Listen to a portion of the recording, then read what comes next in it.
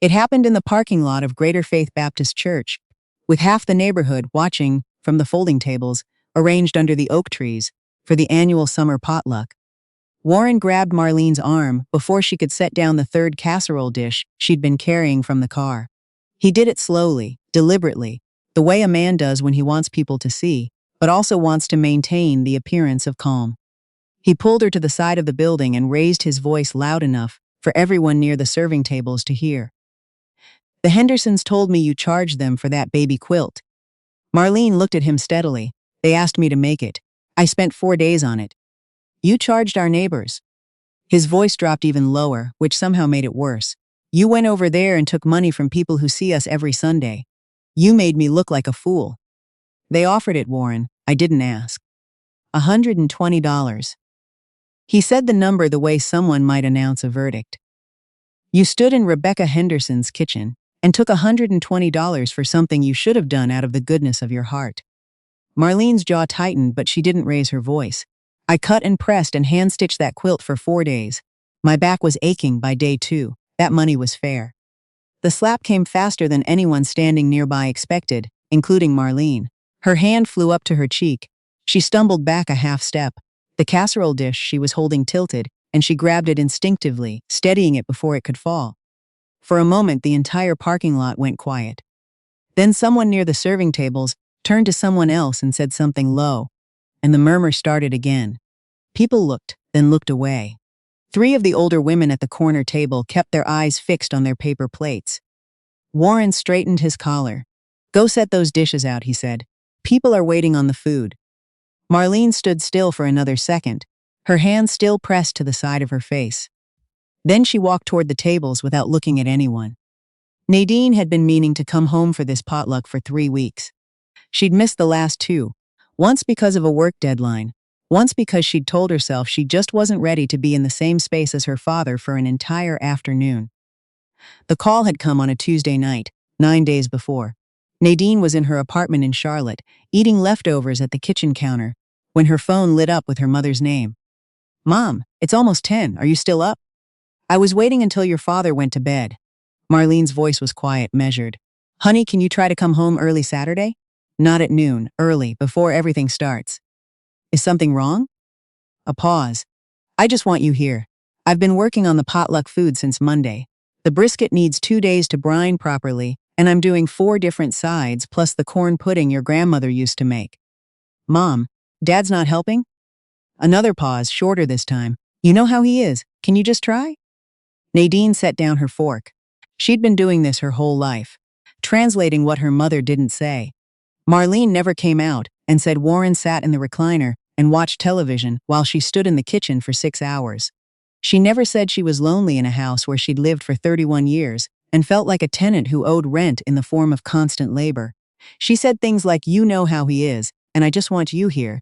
And Nadine had learned long ago that those phrases were doing a lot of heavy work. "I'll be there by 8, Nadine said. "You don't have to." "8, Mom. I'll bring the coffee creamer you like." Nadine was 33 years old. She'd left Harlan, Georgia at 19 with a scholarship to UNC Charlotte and an understanding, bone deep and private, that she was not going back to live there. She worked now as a marketing coordinator for a mid-sized healthcare company. She had an apartment she'd furnished herself, a car she'd bought herself, and a savings account she checked every Friday morning like a ritual. She loved her mother with an intensity that sometimes surprised her with its edges. Warren Aldridge was 61 years old. He'd worked 30 years at a regional bottling plant and retired at 58 with a pension that covered the mortgage and utilities, and not much else. He was a man who believed completely and without apparent doubt that the household functioned because of him, that the food appeared on the table because he had provided the table, that the clean shirts in his closet materialized through some combination of his own worthiness and the natural order of things.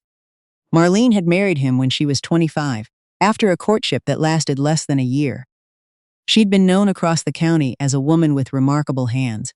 She could quilt, alter, embroider, construct a dress pattern from scratch. Her grandmother had taught her. By the time she was a teenager, women drove 30 minutes to bring her their wedding dresses for alterations. She had told Nadine once, late one Christmas night when they were sitting in the kitchen after Warren had gone to sleep, that she had wanted to open a small shop. just a little place. Alterations, custom quilts, maybe lessons for kids on Saturday mornings. Warren had told her it was a waste of time. She didn't push back. They'd already been married 7 years by then, and she'd already learned which conversations ended with her hands shaking. Nadine arrived at the house at 7:52 in the morning. She heard the hum of the sewing machine before she'd even gotten her bag from the trunk. She found her mother in the back bedroom, converted long ago into a workroom. Marlene was bent over a half-finished table runner, pinning the edge. The kitchen, which Nadine passed on her way through the hall, already smelled of brisket and onions. A pot simmered on the back burner. "Mom, what time did you get up?" Marlene looked up. She smiled the way she always smiled when Nadine came home, with her whole face, briefly, before it settled back into its usual careful expression. 4:30. Brisket needed to come out of the brine. "Dad up yet?" "He'll be up around 9. He likes to sleep in on Saturdays." Nadine looked around the workroom. Rolls of fabric lined the shelves. 3 finished quilts were folded neatly, waiting to be delivered or picked up. A needle cushion shaped like a strawberry that had sat on that work table for as long as Nadine could remember. This was her mother's real life, the one she lived in this room, behind a closed door, while Warren watched cable news in the living room 12 feet away. "What happened to the quilt for the Hendersons?" Nadine asked. Marlene's hands stilled on the fabric. "I delivered it Wednesday." "They liked it?" They cried. A small, genuine smile. Rebecca called it the most beautiful thing she'd ever seen. "She's already asked if I'll do one for her sister's baby in November." "Good. Charge her more." Marlene said nothing and went back to pinning. By 11 that morning, the parking lot of Greater Faith was arranged with 10 long folding tables and 60 people. Casseroles and covered dishes had been arriving for an hour. Children ran between the oak trees. The deacon had set up a Bluetooth speaker playing gospel at low volume. Marlene had made 4 trips from the car. She was on her 5th when Warren intercepted her. Nadine was at the far end of the serving tables, uncovering the corn pudding, when she heard her father's voice change register. She'd been hearing that register her entire life. It was the one he used when he decided to make a point in front of an audience. She turned. She saw her mother's hand go to her cheek. She was moving before she consciously decided to. By the time she reached them, Warren was already straightening his collar, the performance apparently complete. Marlene stood with her hand still pressed to her face, holding the casserole dish with her other arm, like she was afraid of what would happen if she put it down. "What did you just do?" It wasn't a question. Nadine's voice came out low and flat. Warren looked at her with the mild irritation of someone who's been interrupted at something important. "This is between your mother and me. You just hit her, in a church parking lot, in front of 60 people. I'm not going to explain myself to my daughter." "Mom." Nadine took the casserole dish from Marlene's hands and set it on the nearest table. "Are you hurt?" Marlene shook her head. "It's fine, baby." "It's not fine." Nadine turned back to Warren. Her voice had not risen. This was something she'd trained herself in over years. How not to give him the escalation he was looking for. "You hit my mother over $120 she was paid for 4 days of skilled work. She embarrassed me in front of." "She embarrassed you." The words came out with something solid behind them. Several people near the serving tables had gone very still, listening without appearing to.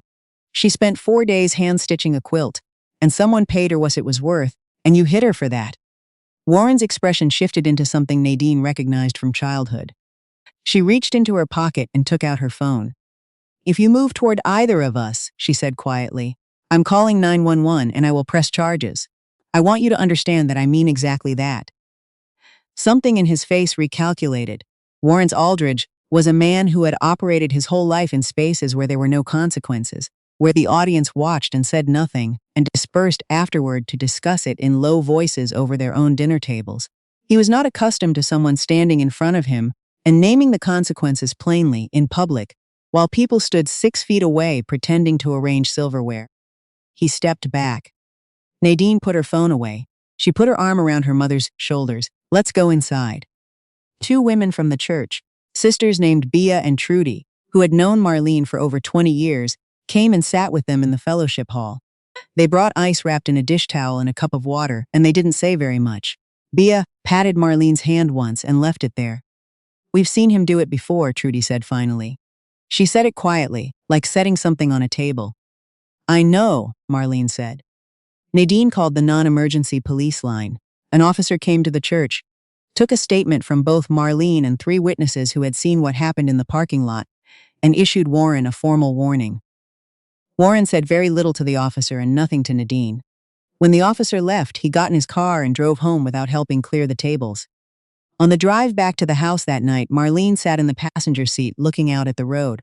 After a long time, she said, "I've been thinking about getting divorced." Nadine kept her eyes on the highway. For how long? 20 years maybe, more or less. Nadine nodded. She'd known this. She'd known it the same way she knew her mother had been up since 4:30, the same way she'd known since she was old enough to understand what she was seeing, that the life in that house was not the life her mother had wanted. Knowing something and being able to act on it were different things, and Nadine had spent years trying to understand why the distance between them could be so vast. "What do you want to do?" Nadine asked. Marlene looked at her daughter. "I want a divorce." The reaction from the family was what Nadine had expected. Warren's sister Cynthia called 3 times in one day. An aunt named Gert drove 40 minutes to sit in Marlene's living room and explain in careful, patient tones that marriage was a covenant before God and that Warren had his faults but didn't every man. Nadine sat in the corner through all of it until Gert said, "You have to think about what this does to the children." "What children?" Nadine said. "We're 33 and 29. The grandchildren. There is 1 grandchild on the way. He'll have 2 parents and a grandmother who's finally allowed to breathe. He'll be fine." Gert left shortly after. Marlene's pastor made a house visit. He sat with Warren in the living room for an hour. Then he knocked on the workroom door. "Mrs. Aldridge, I wonder if we could talk." Marlene looked up from the fabric she'd been folding and refolding without putting anything away. She looked at the pastor's face, kind and certain. Then she said, "I have been thinking about this for a very long time. I want a divorce." She said it the way she pinned a hem, precisely, with finality, without leaving a margin for argument. The pastor nodded slowly and left. Terrell called from Savannah in early September. He sounded exhausted and younger than 29. "I've been thinking," he told Nadine, "about Mom. About everything. Kira's having the baby next month and I want Mom there. I want her there the way she is now." He paused. "Is that a messed up thing to say?" "No, it's honest. I should have done more. Back when we were kids, back when we were old enough to know what we were looking at, and still didn't do anything.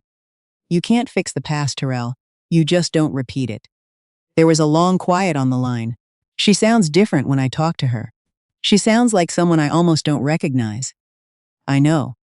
Nadine looked over at the living room, where Marlene was sitting on the couch with her reading glasses on, working through a stack of fabric samples. "She sounds like herself." The divorce took 5 months.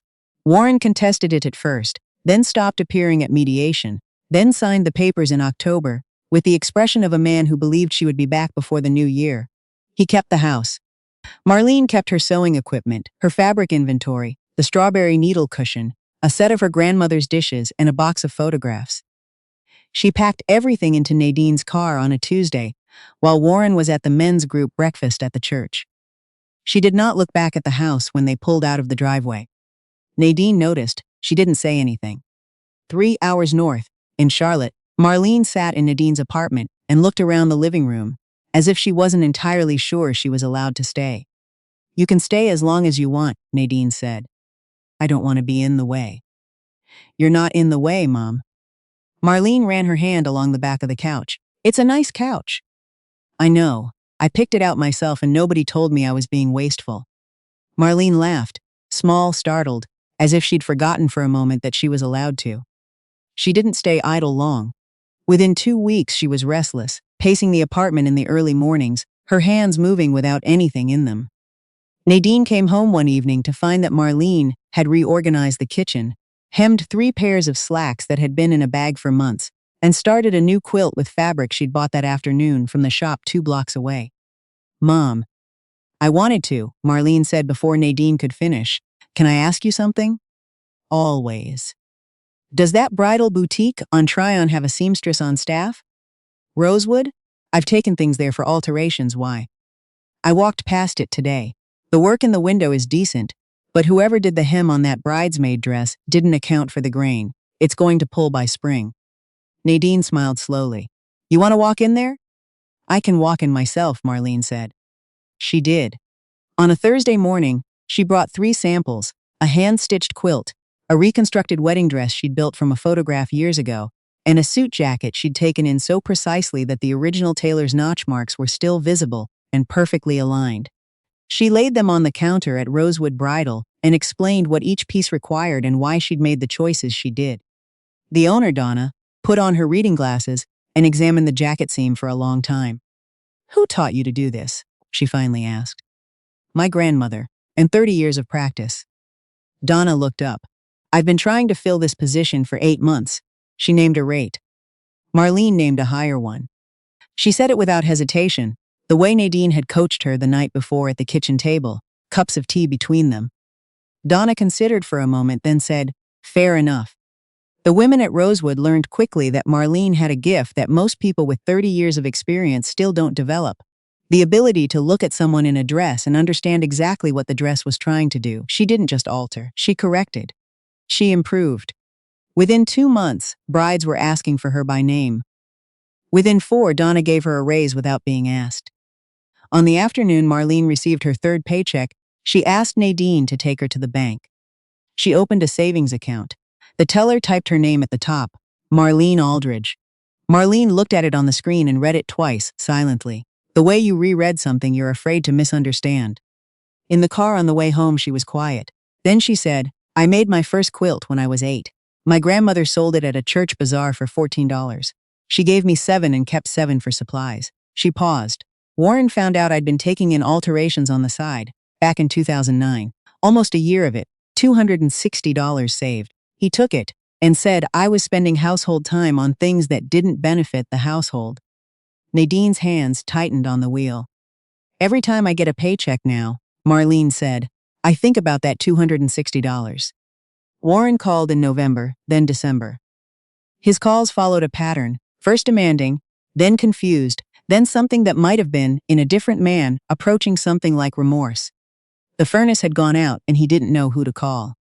A button had come off his good coat and he didn't know how to sew it back. He'd hosted Thanksgiving alone and invited Cynthia's family, and by multiple accounts the turkey had been, genuinely, not good. "Dry," Nadine reported to her mother after hearing from a cousin. "It always was," Marlene said, without a trace of bitterness. "I basted it every 45 minutes for 20 years, and he thought it just came out that way." In January, Warren drove up to Charlotte. He sat in his car outside Nadine's building for 20 minutes before coming in. Nadine met him in the lobby. "I want to talk to your mother." "She's at work." "On a Saturday?" "There's a bridal expo. She's been there since 7. The look on Warren's face was something Nadine had never seen on him before. Not guilt, not grief, but something closer to incomprehension. The look of a man who had built the entire architecture of his self-worth around another person's smallness, and was only now beginning to understand that the architecture belonged to him, not to her. "She'll be home around 4, Nadine said. "That's her decision." He left. He did not come back. In June, almost a year to the day from the potluck, Nadine drove Marlene back to Harlan for a great-uncle's birthday party. Large, unavoidable, held in the same church parking lot under the same oak trees. Warren was standing near the beverage station when they arrived.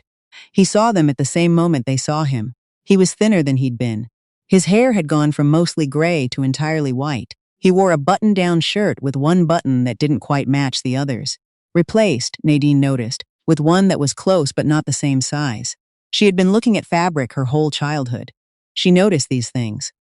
Marlene walked toward him. She stopped a few feet away. "Warren." He nodded. "Marlene." His eyes moved briefly to the gold earrings she was wearing. New, bought with her own money, the 3rd paycheck. He looked at the way she was standing. Something in his expression shifted and was briefly, clearly readable. "You look well." "I am well." Her voice was neither warm nor cold. "How are you managing?" It was a genuine question, not pointed. Nadine recognized the distinction because it was so entirely her mother. Even now, even here, asking after the man who had taken 31 years from her, out of a simple, enduring human decency he had never once deserved. "Getting by," Warren said. He looked down at his shoes, then back up. He opened his mouth, and then seemed to think better of whatever he'd planned to say. Marlene nodded once. She turned and walked toward where Bea and Trudy were sitting. Both women stood when they saw her coming and opened a space between them. Marlene settled into it, her shoulders easy, her back straight, and accepted a plate of food from Bia without protest, without calculating who else needed to be served first, without standing up to bring something to another table. She just sat there and ate. On the drive home, heading north toward Charlotte with the windows down, and the summer fields going gold, on both sides of the highway, Marlene put her hand out the window and let it ride the air the way children do. "There's something I've been thinking about," she said. "What?" "Donna mentioned that the space next to Rosewood is opening up in the fall. She thinks I should consider it." Marlene brought her hand back in and looked at it. That seamstress's hand, calloused at the fingertips, precise, with 3 decades of other people's needs worked into the skin. "And there's a man at the Saturday fabric market, retired teacher, widower. He brought me coffee last week without being asked, and then apologized for presuming." Nadine glanced over. And he asks questions and listens to the answers." Marlene looked out at the passing fields. "I had forgotten what that felt like." The car moved through the long June light. After a while, Marlene spoke again quietly, more to herself than to Nadine. "I think it's possible to start something at 56. She smiled. Not the careful one, but the real one, the brief and full one that Nadine had been chasing her whole life. Late is still better than never. The highway stretched north through the evening, carrying them both toward whatever came next, which was not nothing, not small, and was, finally, entirely her own. If Marlene's story stayed with you, please take a moment to like and subscribe. It helps us keep telling stories about the courage it takes to choose yourself, even when it comes 30 years later than it should have.